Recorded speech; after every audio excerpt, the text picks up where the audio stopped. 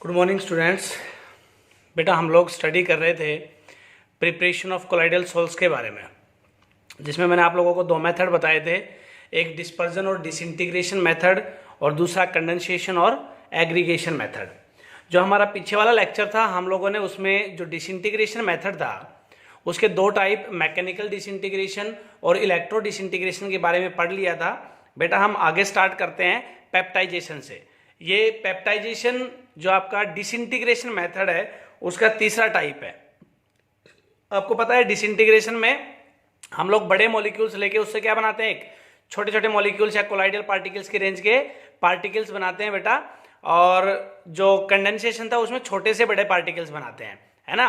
तो फिलहाल स्टडी चल रही है, हमारे पास बड़े पार्टिकल्स होंगे, हमें उनके छोटे पार्टिकल्स में कन्वर्ट करना है। पेप्टाइजेशन देखो क्या होता है, it is a process of converting a fresh precipitate into colloidal particles by shaking it with the dispersion medium in the presence of a small amount of a stable electrolyte। इसने कहा कि हमारे पास कोई एक प्रेसिपिटेट होगा बेटा, उस precipitate को मुझे किस में कन्वर्ट करना है, डिस्पर्जन मीडियम के साथ मिक्स करके उसको उसका कोलाइडल सोल बनाना है बेटा, और in the presence of A small amount of stable electrolyte. हम उसमें क्या ऐड करेंगे, एक स्टेबल इलेक्ट्रोलाइट ऐड करेंगे। कैसे बनेगा ये वो सब देखते हैं। मतलब इसमें कहना ये चाह रहा है, मैं आपको सिंपल लैंग्वेज में बता देता हूं कि वो प्रेसिपिटेट से क्या बनाएगा, कोलाइडल पार्टिकल्स बनाएगा, है ना। Cause of peptization, as the electrolyte is added, जब इलेक्ट्रोलाइट को ऐड किया जाता है to a freshly precipitated substance, एक पीपीटी में, the particles of the precipitate preferentially adsorb one particular type of ions of the electrolyte, that is ions common with precipitated substance। इसने क्या कहा बेटा, जब हम किसी एक प्रेसिपिटेट में इलेक्ट्रोलाइट को ऐड कर देंगे पेप्टाइजेशन कराने के लिए, तो वहां पे क्या होगा, आपका जो इलेक्ट्रोलाइट है वो अपने आयंस में टूटा हुआ होगा। अब इलेक्ट्रोलाइट है तो उसके पास बेटा पॉजिटिव और नेगेटिव दोनों के दोनों टाइप के आयंस मिलने वाले हमें, है ना। लेकिन ये कह रहा है कि जो आपका प्रेसिपिटेट होगा, प्रेसिपिटेट सपोज किसी भी चीज का है, हमने यहाँ पे नीचे का एग्जांपल भी लिया है। सपोज मेरे पास यहाँ पे FeOS थ्राइस का प्रेसिपिटेट है बेटा, और मैंने इसमें इलेक्ट्रोलाइट क्या डाला, FeCl3 डाला। एक बात आपको ध्यान में रखनी है, जो भी हमने पीपीटी लिया, जो भी प्रेसिपिटेट लिया और जो आप उसमें इलेक्ट्रोलाइट डाल रहे हो, उनके पास कॉमन आयंस होने चाहिए। अब FeOS थ्राइस और FeCl3 के पास कॉमन आयन क्या है बेटा, Fe है। अब ये प्रेसिपिटेट जो है ये क्या करेगा, कॉमन आयंस को अपने साइड अट्रैक्ट करने लग जाएगा, है ना। As the electrolyte is added to a freshly precipitated substance, the particles of the precipitate preferentially adsorb. आपका जो पीपीटी है, मतलब ये जो FeOS थ्राइस का जो मेरे पास पीपीटी था, ये किसको एड्सॉर्ब करेगा, धीरे धीरे FeCl3 में से Fe3 पॉजिटिव आयंस को एड्सॉर्ब करना स्टार्ट कर देगा बेटा, है ना। ये बात आपको मेन पॉइंट है, ध्यान रखना है, कौन से आयंस को एड्सॉर्ब करेगा, जो कॉमन होंगे, है ना। FeCl3 और FeOS थ्राइस में कॉमन कौन था, Fe था। तो जो आपका पीपीटी है वो इलेक्ट्रोलाइट के कॉमन आयंस को एड्सॉर्ब करना स्टार्ट कर देगा। अब Fe पे चार्ज कैसा है बेटा, पॉजिटिव चार्ज है, तो धीरे धीरे देखना, मैंने यहाँ पे दो मॉलिक्यूल ले लिए हैं पीपीटी के, यहाँ पे धीरे धीरे देखो, इसने इस डायग्राम में मैंने दिखा रखा है, पॉजिटिव चार्ज अपने ऊपर एड्सॉर्ब करना स्टार्ट कर दिया है। आगे देखो बेटा, as a result they get dispersed due to the electrostatic repulsion. अब जितने भी पीपीटी के मॉलिक्यूल्स होंगे आपके, उन सब के ऊपर चार्ज कैसा आ जाएगा, पॉजिटिव चार्ज आ जाएगा बेटा। पॉजिटिव चार्ज कैसे आ जाएगा सर, पॉजिटिव चार्ज इसलिए आ जाएगा क्योंकि उनके ऊपर सारे के सारे क्या चिपक चुके हैं बेटा, Fe3 पॉजिटिव के आयन से चिपक चुके हैं, है ना। अब सब पे पॉजिटिव चार्ज आ गया तो सारे मॉलिक्यूल्स एक दूसरे को क्या करना स्टार्ट करेंगे बेटा, रिपेल करना स्टार्ट करेंगे, है ना। वो हीटिंग एंड रिपल्सन जो होगा ना, वो क्या करेगा, ब्रेकिंग ऑफ द मॉलिक्यूल्स, है ना। ये दोनों मॉलिक्यूल्स आपस में टकराएंगे। अब वो आपके पार्टिकल उसमें सॉल्यूशन में तो ऐसे ही रैंडमली मूव कर रहे हैं ना बेटा, वो एक दूसरे के पास में आएंगे, उनके बीच में इलेक्ट्रोस्टैटिक रिपल्सन होगा, जिसकी वजह से क्या होगी, ब्रेकिंग ऑफ द मॉलिक्यूल्स। और ये मॉलिक्यूल्स जब ब्रेक होंगे तो ये किसकी रेंज में आ जाएंगे, कोलाइडल पार्टिकल्स की रेंज में आ जाएंगे, और जो बनेगा हमारे पास वो क्या बनेगा, colloidal particles of FeOH thrice. ठीक है बेटा, दिस वॉज द पेप्टाइजेशन। मैं एक बार कम शब्दों में रिपीट कर देता हूं, क्या होगा, हमारे पास एक पीपीटी होगा, पीपीटी को हम लोग किस में कन्वर्ट करेंगे बेटा, कोलाइडल सोल में कन्वर्ट करेंगे। क्या ऐड करके, उसमें इलेक्ट्रोलाइट ऐड करके। अब जब इलेक्ट्रोलाइट को ऐड किया जाता है प्रेसिपिटेट में बेटा, तब क्या होगा कि इलेक्ट्रोलाइट और प्रेसिपिटेट के बीच में जो भी कॉमन आयंस होंगे, प्रेसिपिटेट उन कॉमन आयंस को अपने सरफेस के ऊपर एडजॉर्ब करना स्टार्ट करेगा। अब जब वो सरफेस के ऊपर कंप्लीटली एडजॉर्ब कर लेगा बेटा, तो उसके ऊपर पर्टिकुलर एक चार्ज आ जाएगा, है ना। जैसे हमने यहाँ पे एग्जांपल में FeOH थ्राइस और FeCl3 रखा हुआ है। अब FeOH थ्राइस के ऊपर Fe आ गए, मतलब पॉजिटिव चार्ज आ गया। अब सारे के सारे मॉलिक्यूल्स पॉजिटिवली चार्ज हो गए हैं, सारे के सारे मॉलिक्यूल्स पॉजिटिवली चार्ज हो गए हैं, तो उनके बीच में इलेक्ट्रोस्टैटिक रिपल्सन आएगा, और वो जो heating and breaking of the molecules होगी वो उनको किस में कन्वर्ट कर देगी, कोलाइडल पार्टिकल्स की रेंज में, कोलाइडल पार्टिकल्स में कन्वर्ट कर देगी। This was the peptization. अपना जो डिस्पर्जन और डिसइंटीग्रेशन मेथड था उसके तीनों टाइप कंप्लीट होती हैं बेटा, mechanical disintegration, electro disintegration and peptization. अब हम लोग आगे बढ़ते हैं बेटा कंडेंसेशन और एग्रीगेशन मेथड की साइड, है ना। कंडेंसेशन और एग्रीगेशन मेथड में क्या है बेटा, देखो बेटा कंडेंसेशन और एग्रीगेशन मेथड जो होता है आपके पास, these methods involve the joining together of a large number of smaller particles to form particles of colloidal size. The method generally employed for this purpose as follows. हम यहाँ पे 4 type के methods को follow करेंगे बेटा condensation में। जैसा कि डिसइंटीग्रेशन में मैंने आपको बताया बड़े मॉलिक्यूल्स छोटे में कन्वर्ट होंगे, कंडेंसेशन में बिल्कुल उसका उल्टा होगा, नाम से ही दिख रहा हमें, कंडेंस होंगे या एग्रीगेट होंगे, इकट्ठे होंगे, तो छोटे मॉलिक्यूल्स किस में कन्वर्ट होंगे बेटा, यहाँ पे बड़े मॉलिक्यूल्स में कन्वर्ट होंगे। 4 मेथड कौन कौन से बेटा हमारे पास, पहला है by chemical reactions. Chemical reaction से हम लोग एग्रीगेशन करा सकते हैं, बाय एक्सचेंज ऑफ सॉल्वेंट से करा सकते हैं, by condensing vapours of a substance into the solvent, और लास्ट मेथड होगा बेटा हमारे पास बाय एक्सेसिव कूलिंग। हम एक एक करके इन सब मेथड्स की स्टडी करेंगे बेटा। पहला है बाय केमिकल रिएक्शंस, और बाय केमिकल रिएक्शंस में भी डिफरेंट टाइप की केमिकल रिएक्शंस का हम लोग यूज करेंगे, जिसमें हमारे पास पहली टाइप है by double decomposition. Double decomposition और we can say simply double displacement reaction, या अपने 10th में इनके डेफिनेशन तो पता ही होगा आई होप आपको कि डबल डिस्प्लेसमेंट क्या होता है।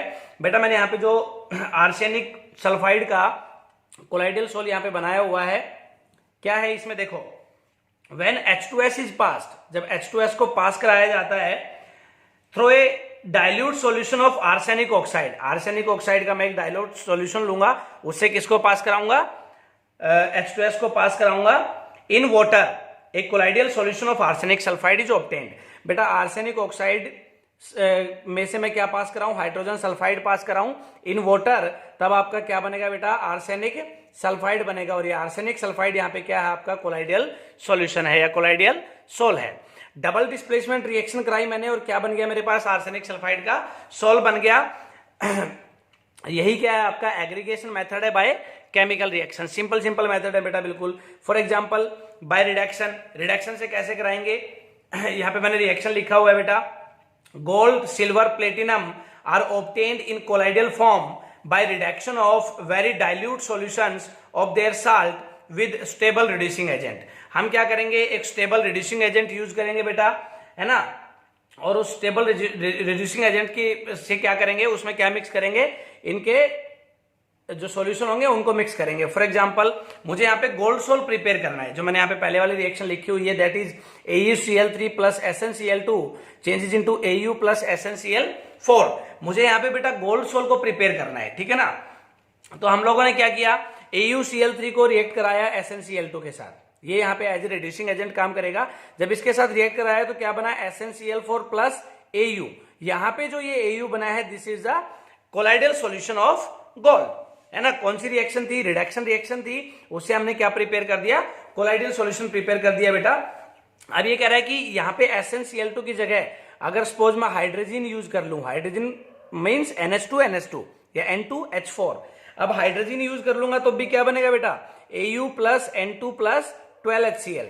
इसने कहा कि अगर मैंने SnCl2 यूज किया तब भी हम इजीली गोल्ड सोल को प्रिपेयर कर सकते हैं बेटा, और अगर मैं हाइड्रोजन यूज कर लूं तब भी हम गोल्ड सोल को प्रिपेयर कर सकते हैं बेटा। हमारे पास और भी मेथड्स हैं गोल्ड सोल को प्रिपेयर करने के, जैसे अगर मैं फॉर्मल्डिहाइड यूज कर लूं तो फॉर्मल्डिहाइड से भी हम इजीली गोल्ड सोल को प्रिपेयर कर सकते हैं बेटा। तो ये आपकी कुछ रिडक्शन रिएक्शंस थी या रिडक्शन मेथड्स थे, जिनसे हम गोल्ड हो गया, सिल्वर हो गया, प्लेटिनम हो गया, इनके सोल्स को प्रिपेयर कर सकते हैं बेटा। कंडेंसेशन और एग्रीगेशन मेथड के केमिकल रिएक्शंस में आपकी सिंपल रिएक्शंस ही हैं, है ना। जैसे डबल डिकम्पोजिशन से कैसे हमने कोलाइडल सोल बनाया, रिडक्शन किया तो कैसे कोलाइडल सोल बना। ये जनरल रिएक्शन ही प्रोसीड होती है लेबोरेटरी में, और जो यहाँ पे कंपाउंड प्रोडक्ट फॉर्मेशन हो रही है ये किस पार्टिकल्स की रेंज की होती है, कोलाइडल सोल्स की रेंज की होती है। मैं आपको अगर जनरल एग्जांपल दूं, यहाँ पे थोड़ा बहुत कंफ्यूजन क्रिएट हो रहा है, तो पानी में अगर मैं सीधा साबुन मिला दूं तो क्या बनेगा, कोलाइडल सोल बनेगा, है ना। उसी तरह AS2O3 और H2S का रिएक्शन कराया, कोलाइडल सोल बना। AuCl3 और SnCl2 का रिएक्शन कराया, गोल्ड का कोलाइडल सोल बना। बेटा आगे बढ़ते हैं बेटा, बाय ऑक्सीडेशन।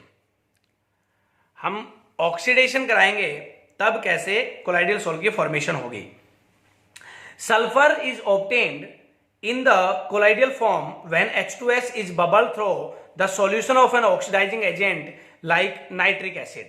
ये कह रहा है कि sulphur is obtained in the colloidal form. Sulphur को अगर मुझे कोलाइडल फॉर्म में बेटा ऑब्टेन करना है तो हम लोग क्या करेंगे, when H2S is bubbled through the solution, जब H2S में पास कराऊंगा इसमें से through the solution of an oxidizing agent like nitric acid, for example. और ब्रोमीन, मैंने यहाँ पे क्या किया, H2S और Br2 का रिएक्शन कराया, है ना। H2S Br2 का रिएक्शन कराया बेटा, सिंपली क्या बना, HBr बना और साथ में सल्फर। तो यहां पे ये जो सल्फर बना हुआ है बेटा, this is the colloidal sol of sulphur.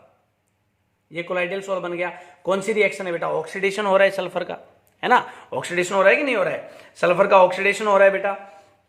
तो ऑक्सीडेशन हो रहा है, मुझे कोलाइडल फॉर्म मिला तो मैं इसको बोल दूंगा बाय ऑक्सीडेशन मेथड, है ना। जैसे यहाँ पे दूसरा मेथड है, ये कह रहा है ब्रोमीन वाटर की जगह अगर मैं ऑक्सीडाइजिंग एजेंट क्या यूज करूं, नाइट्रिक एसिड करूं बेटा, HNO3 यूज करूं, तो क्या होगा, H2O, NO2 और सल्फर बनेगा। यहाँ पे ये सल्फर है बेटा, ये भी क्या है, कोलाइडल सोल ऑफ सल्फर है।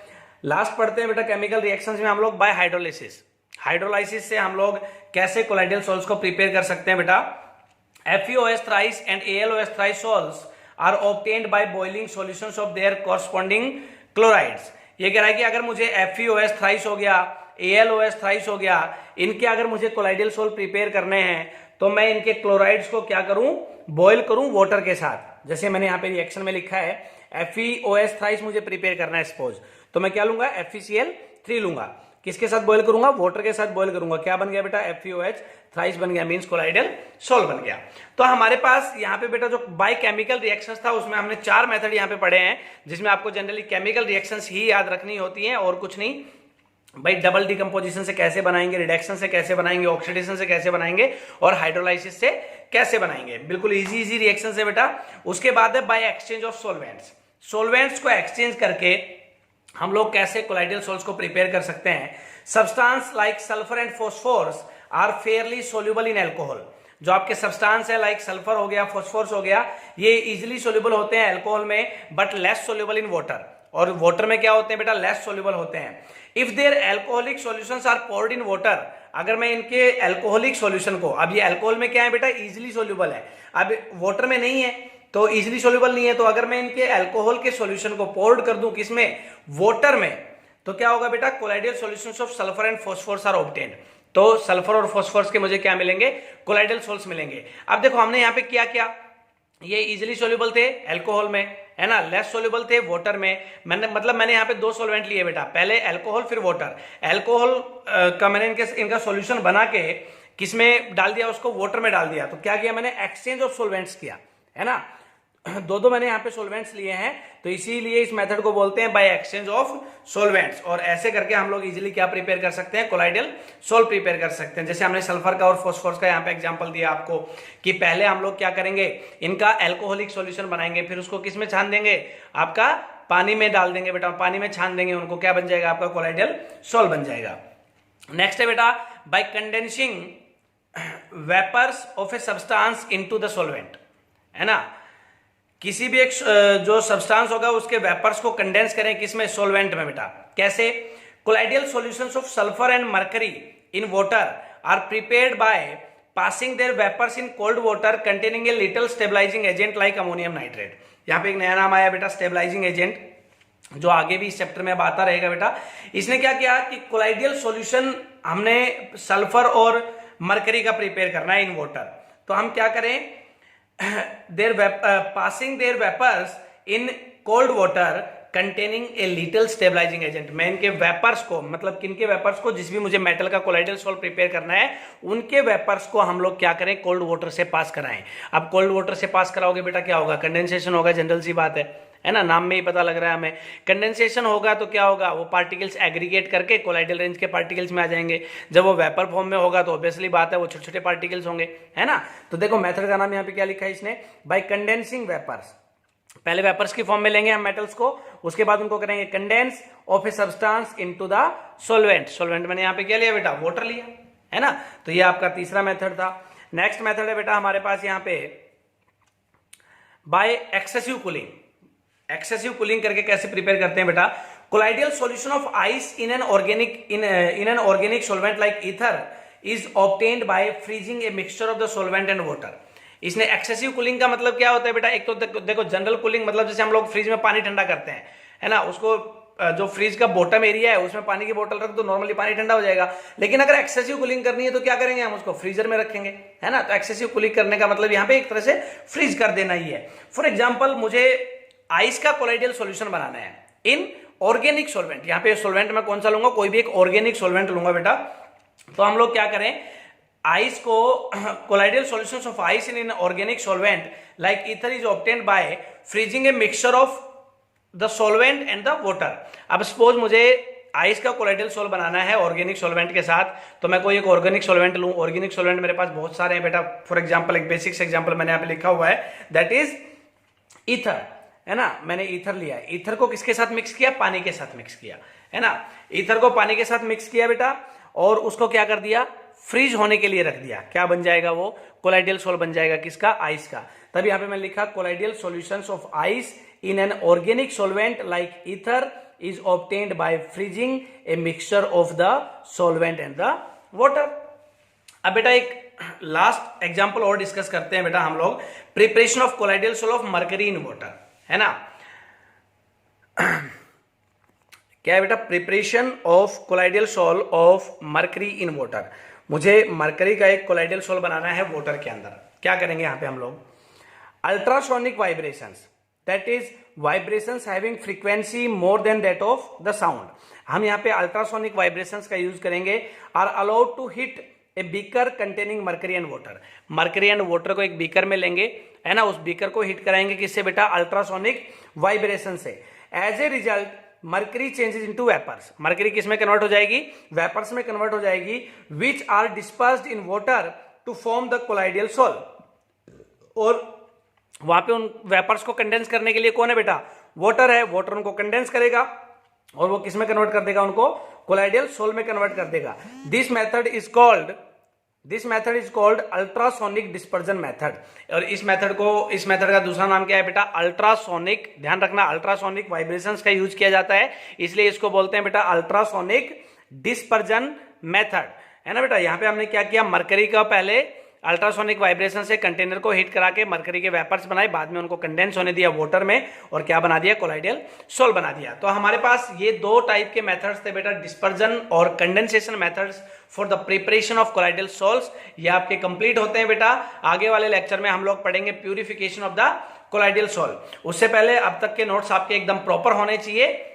मैं आज नोट्स को भी चेक करूंगा बेटा, और आपको एक सब्जेक्टिव डीपीपी मिलेगा आज। उसमें बेसिक से बोर्ड लेवल के क्वेश्चंस है, एनसीईआरटी लेवल्स के क्वेश्चंस है, और अच्छे क्वेश्चंस है। आपको वो अपनी कॉपी में प्रॉपरली करने हैं और शाम को मुझसे चेक कराने हैं बेटा। आने वाले लेक्चर में हम लोग पढ़ेंगे purification of the colloidal solves. Thank you.